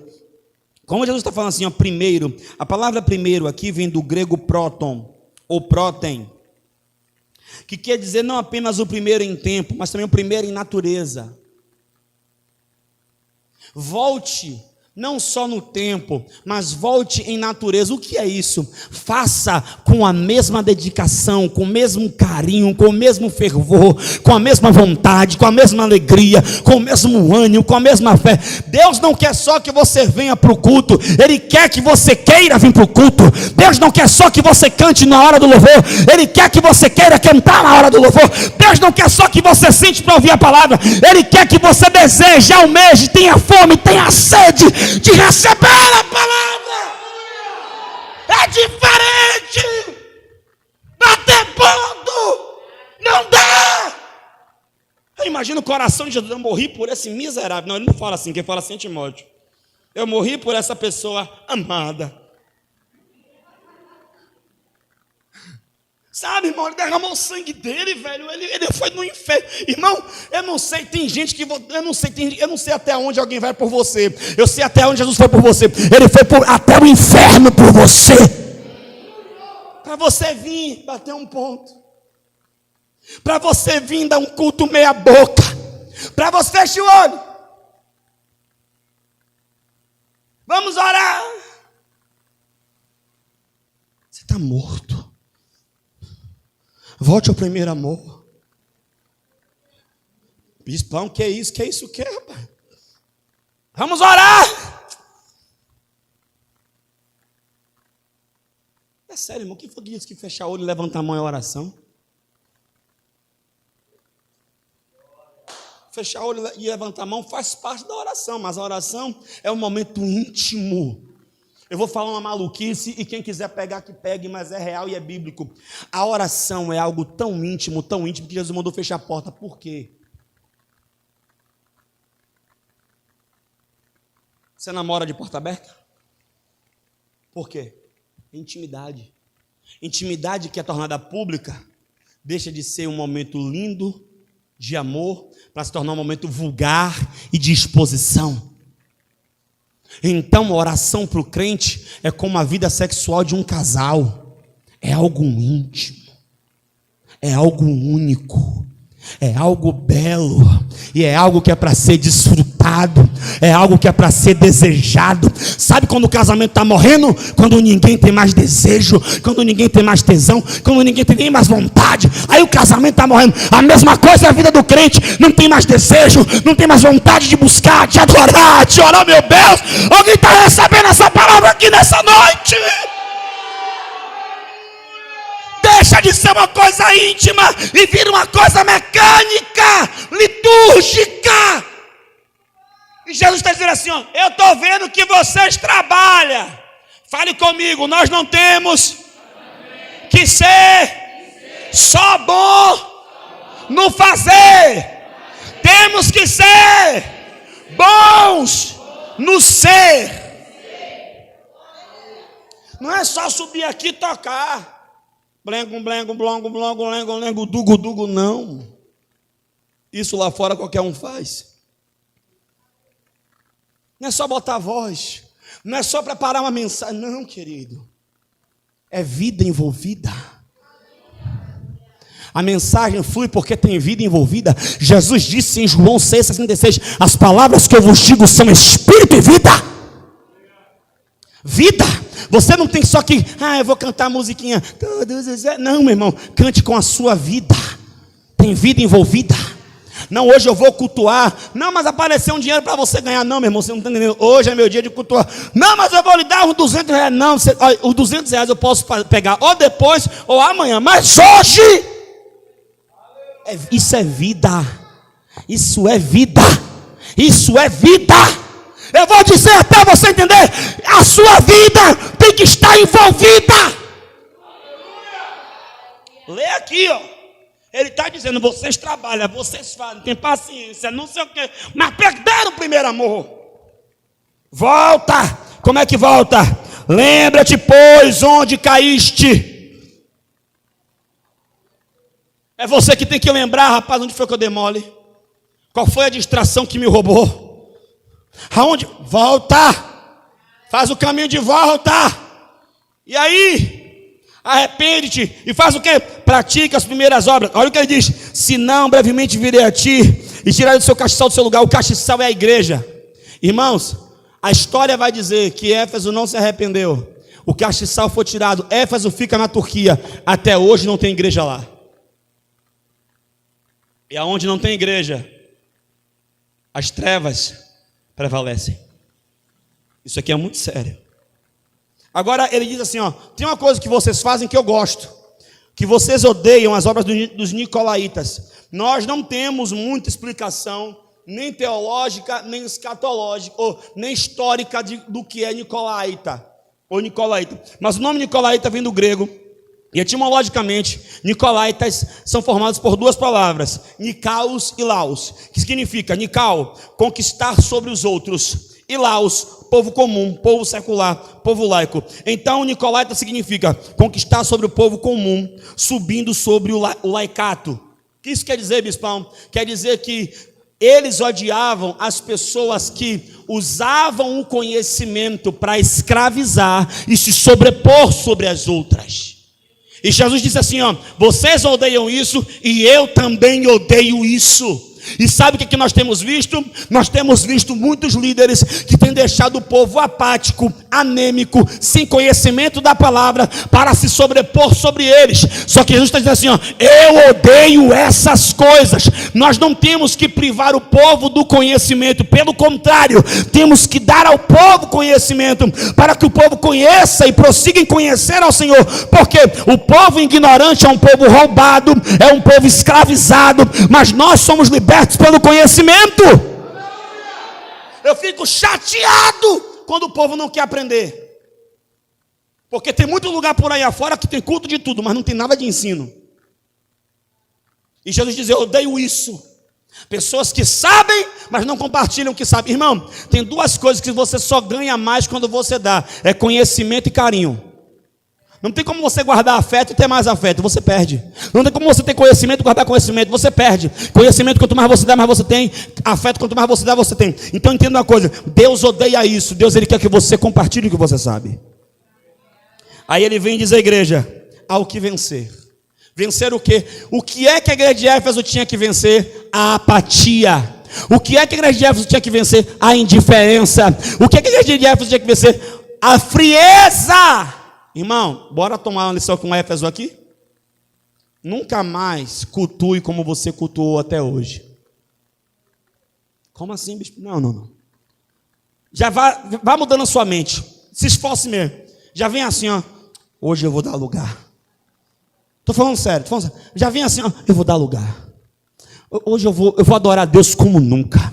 Ou eu vou mergulhar. Olha, eu vou me lançar. Eu vou pular. Deus vai me pegar. E se Deus não me pegar, eu me jogo e Ele me segura do mesmo jeito. Eu vou abrir meu coração. Eu creio que, Pai, não sei que o Senhor vai pregar, mas use, meu Pai. Deus, eu creio que o Senhor vai falar comigo. Eu não vou, já vem assim, irmãos. Quando chegar no culto, ore, se adore, porque nós não podemos permitir que a frieza que pegou Éfeso nos pegue também. Precisamos de um chacoalhão. Precisamos, irmão, de fome e sede. Precisamos de fogo e glória. E isso começa em você. E ele promete que ao que vencer, ele vai dar da árvore que está no meio do jardim. A árvore do meio do jardim é vida eterna contínua. Meu tempo já está quase acabando. Parece que vocês não gostaram não, porque o ó foi fraco pra caramba. Meu tempo já está quase acabando. Aleluia.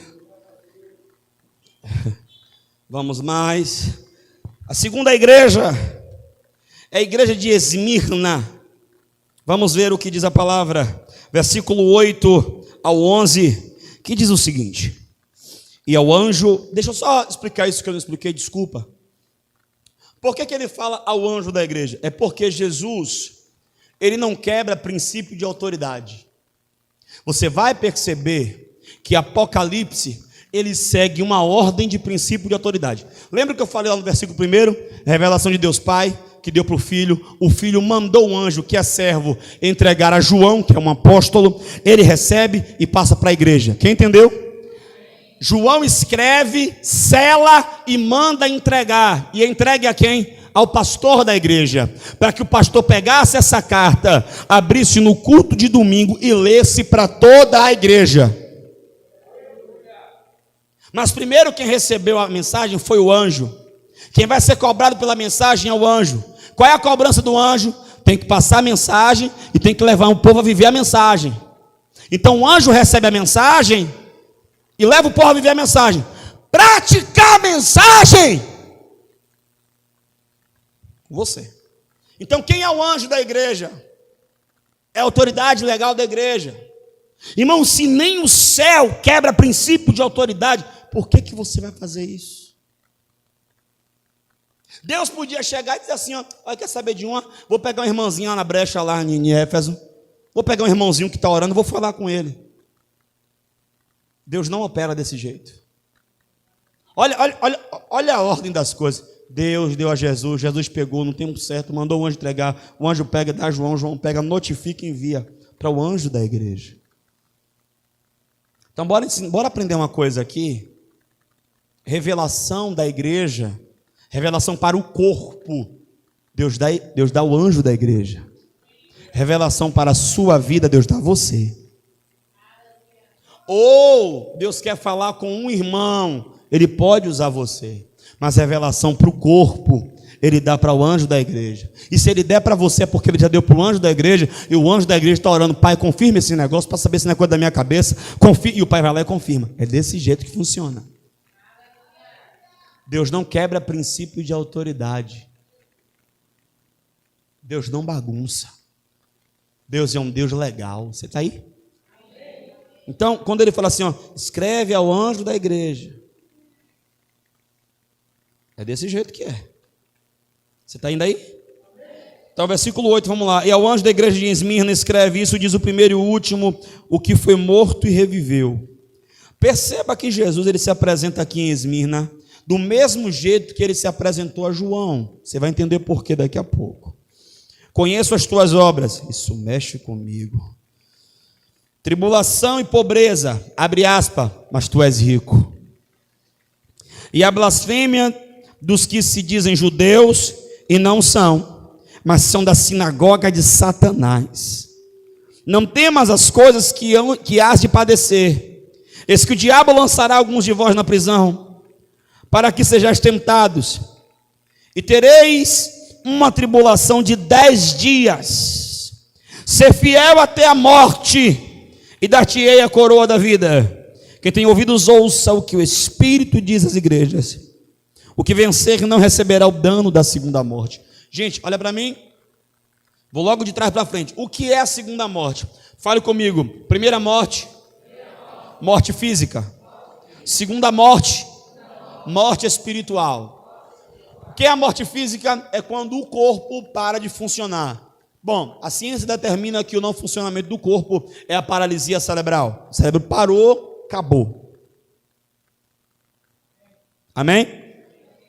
Quando é a morte espiritual? A morte espiritual é quando o espírito é desligado da fonte de Deus.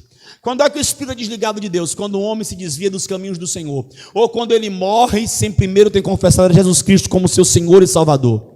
Nós temos que confessar a Jesus para não sofrer o dano da segunda morte. Porque tal qual a primeira morte é dolorosa para o corpo, a segunda morte é dolorosa para o espírito e para a eternidade. Porque um homem que morre sem confessar a Jesus Cristo como seu Senhor e Salvador, ele é lançado no inferno. O que é o inferno? O inferno é um estado de prisão para aqueles que morreram em estado de pecado, longe de Deus. No inferno, a pessoa está sendo aprisionada e está sofrendo. Quem é o algoz? O diabo. No inferno, o diabo faz o homem sofrer. Foi Deus que criou o inferno para os homens? Não. A Bíblia diz que Deus criou o inferno para o maligno e seus demônios. Mas os homens que morrem em estado de pecado são lançados lá. O que é o inferno? O inferno é uma prisão. É já condenação eterna? Não, é uma prisão. Por exemplo, alguém cometeu um crime, está transitando em julgamento, está transitando em julgado. Ele ainda não foi condenado, mas ele cometeu um crime e tem provas cabais, provas materiais que provam o envolvimento dele naquele crime. Ele vai ser preso. E ele vai para onde? Ele vai para o presídio. Lá ele fica como presidiário, até que o juiz julgue e sentencie, dando a ele a sua condenação. Quem entende isso? Muito bom. O inferno é um presídio. Então tem o presídio e tem, depois que a pessoa é condenada, tem a casa que ele vai cumprir a sentença, que não é mais o presídio. É a penitenciária. O que é a penitenciária? Aonde ele paga a sua penitência. Então, o inferno é um presídio, só que Deus ele vai julgar a todos. E a Bíblia diz no livro de Apocalipse que uns ressuscitarão para vida, outros ressuscitarão para a morte. A ressurreição para a vida é quando a trombeta soar. Em 1 Tessalonicenses 4, versículo 16 a 18, diz assim, ó, e o mesmo Senhor descerá do céu com alarido, com voz de arcanjo, com trombeta de Deus. E os que morreram em Cristo ressuscitarão primeiro. Depois nós, os que ficarmos vivos, seremos arrebatados a encontrar o Senhor nos ares. Essa é a primeira ressurreição, a ressurreição para a vida. Por quê? Porque o nosso corpo que é mortal, 1 Coríntios 15, versículos 50 a 58, vai dizer que quando isto que é mortal ser revestido de imortalidade, e isto, o corpo que é corruptível, for revestido de incorruptibilidade, então nós diremos, tragada foi a morte na vitória. Onde está a morte, o teu aguilhão? Onde está o inferno, o teu poder? Mas graças a Deus que nos dá a vitória por intermédio de Jesus Cristo. Então note, o corpo é transformado para viver eternamente diante de Deus. Dos que vão passar pela primeira ressurreição. Quem entregou a vida a Jesus como seu Senhor e Salvador. E quem não, a Bíblia diz em Apocalipse, que nós passaremos pelo bema. O que é o bema? O bema é o momento onde você vai dar conta das suas obras. É um julgamento? Mas é um julgamento para galardão, não para condenação. Porque Romanos 8:1 diz que nenhuma condenação há para aqueles que estão em Cristo Jesus. Então nós não vamos ser condenados para a salvação, seremos condenados para galardão. Mas o homem que morreu em estado de pecado, ele vai ressuscitar com corpo e alma, e ele vai ser julgado aonde? No grande trono branco. E aí ele vai ser lançado junto com a morte, junto com o inferno, o anticristo, o diabo e o falso profeta. Aonde?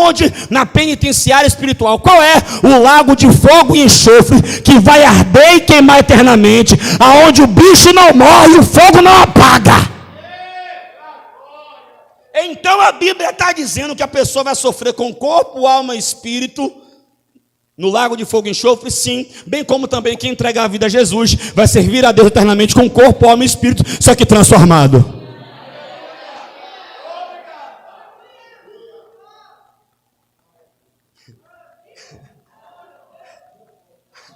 Espera que a volta foi grande agora. Então, se eu fosse você que está vendo essa mensagem agora, entregava a sua vida a Jesus hoje. E você que entregou a sua vida a Jesus, mantém ela firme. Então, o dano da segunda morte, esse é rodeio, eu vou explicar isso. O dano da segunda morte é esse. A pessoa vai sofrer com corpo, alma e espírito no fogo, no lago de fogo e enxofre, irmão. Eu vou falar uma coisa para você. Só pensar nisso me dá um terror. Irmão, eu não desejo que ninguém morra sem entregar a vida para Jesus. Tá? Mas ele está dizendo para a igreja de Esmirna, a palavra Esmirna quer dizer mirra esmagada. Isso significa sofrimento. Sabe, a mirra é um dos perfumes mais antigos que há no mundo. É um perfume muito forte. O cheiro da mirra exala muito rápido. Só que a mirra, ela só dá o seu perfume quando ela é esmagada. A igreja de Cristo, irmãos, ela só mostra, não tem jeito, não dá para inventar. Ela só mostra para que foi que ela veio. Eu não estou falando de frequentador de igreja. Eu não estou falando de batedor de ponto de igreja. Eu não estou falando de evangélico dessa geração worship. Eu estou falando de crente de verdade, crente raiz, crente que tem a cruz de Cristo fincada no coração. Crente de verdade, quanto mais arrocha, mais ele exala o bom perfume de Cristo. Quanto mais aperta, mais crente ele fica. E Jesus está dizendo assim, ó, é o seguinte, eu estou me apresentando a vocês como que foi morto e reviveu, porque eu também já sofri. É por isso que ele se apresenta. Porque está dizendo que aquela igreja ia passar por um momento de sofrimento e de dor. Ele está dizendo que ele estava vendo a igreja passar por tribulação. Ele estava vendo a condição financeira daquela igreja. Aquela igreja, naturalmente falando, não era uma igreja com condição financeira boa. Ele diz, eu estou vendo que vocês são pobres. Mas olha assim, olha aqui, ó, vocês são pobres para os homens. Mas eu estou dizendo que vocês são ricos para comigo. Ele diz que os judeus estavam perseguindo a igreja de Esmirna, e por isso que Roma ia mandar prender alguns irmãos. E ele dá uma revelação: olha, vai vir uma tribulação de 10 dias, fica firme. E esse pessoal que está perseguindo vocês, que se dizem judeus, mas não são, olha de onde ele diz que é, ó, são da sinagoga de Satanás. Quem persegue homem de Deus e mulher de Deus nunca vai ser, nunca. Ah, mas tem título. Pode ter título de quarta pessoa da Trindade. Se persegue homem de Deus e fala mal de homem de Deus, olha onde é que ele congrega aqui, ó. Sinagoga de Satanás. Provérbios diz que esse tipo de pessoa congrega na congregação dos mortos. Só que Jesus diz assim, ó, fica tranquilo. Alguns de vocês vão para a prisão. E a história vai dizer que em Esmirna tinha um bispo chamado Policarpo. Policarpo tinha 80 anos de idade. E ele foi preso pelos opositores do evangelho. E eles disseram que se Policarpo negasse, Policarpo era solto. Mas se Policarpo não negasse, ele seria morto. Policarpo disse, nesses 86 anos, o Senhor só tem me feito bem, como agora eu negaria por amor do meu próprio corpo. Pegaram Policarpo, colocaram em uma fogueira, e enquanto a parte inferior do corpo dele queimava, ele dizia, obrigado Senhor, porque o meu corpo hoje é queimado pelos homens, e eu posso dar a minha vida em testemunho a ti. Prenderam uma irmã, o nome dela era Blandina, uma senhora de aproximadamente 60 anos.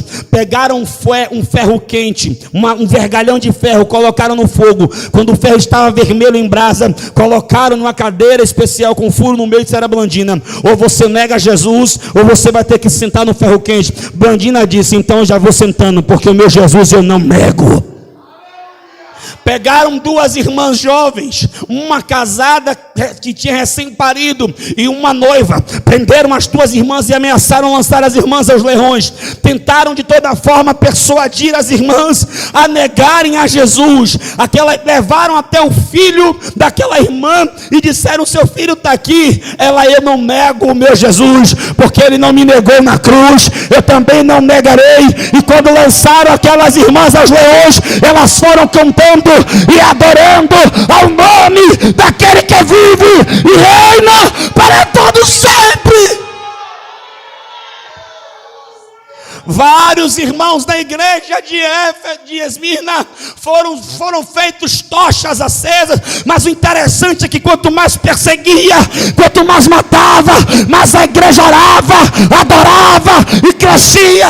Perseguição não mata crente de verdade, perseguição não para crente de Deus.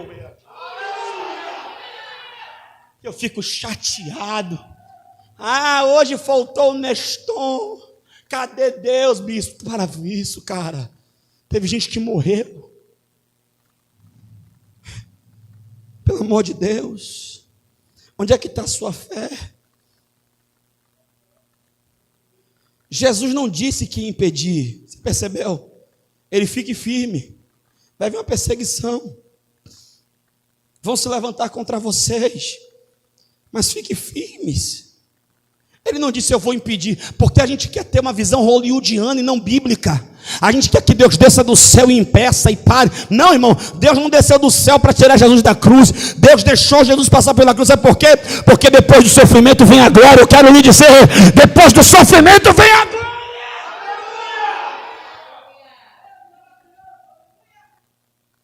Sabe, a Bíblia diz em 1 de Pedro, nós temos que voltar a ler esses textos aqui, ó. 1 de Pedro 4, versículo 12 a 17 diz assim, ó: amados, não estranheis a ardente prova que vem sobre vós para vos tentar, como se coisa estranha vos acontecesse, mas alegrai-vos no fato de seres participantes das aflições de Cristo, para que também na revelação da sua glória vos regozijeis e alegreis, se pelo nome de Cristo sois vituperados, bem-aventurados sois, porque sobre vós repousa o Espírito da glória de Deus. Quanto a eles, é ele sim blasfemado, mas quanto a vós é glorificado.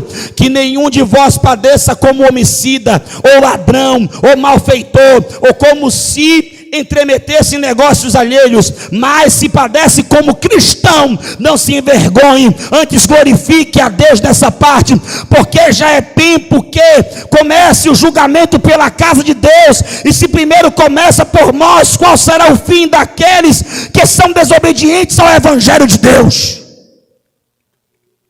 Você não pode padecer como fofoqueiro, não pode padecer como descarado, não pode padecer como alguém que não tem uma vida no altar, mas se estão lhe perseguindo por amor do nome de Jesus, isso traduz glória para Deus, e é sinal que o Espírito Santo habita em você.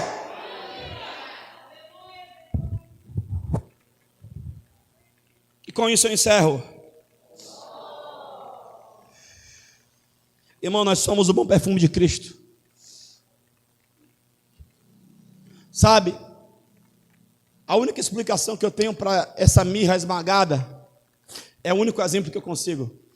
Quem aqui já viu uma máquina de moer cana? Como é? Passa de novo, passa outra vez, dobra, redobra, te dobra, tosse. Mas é nesse momento que ela dá o seu melhor.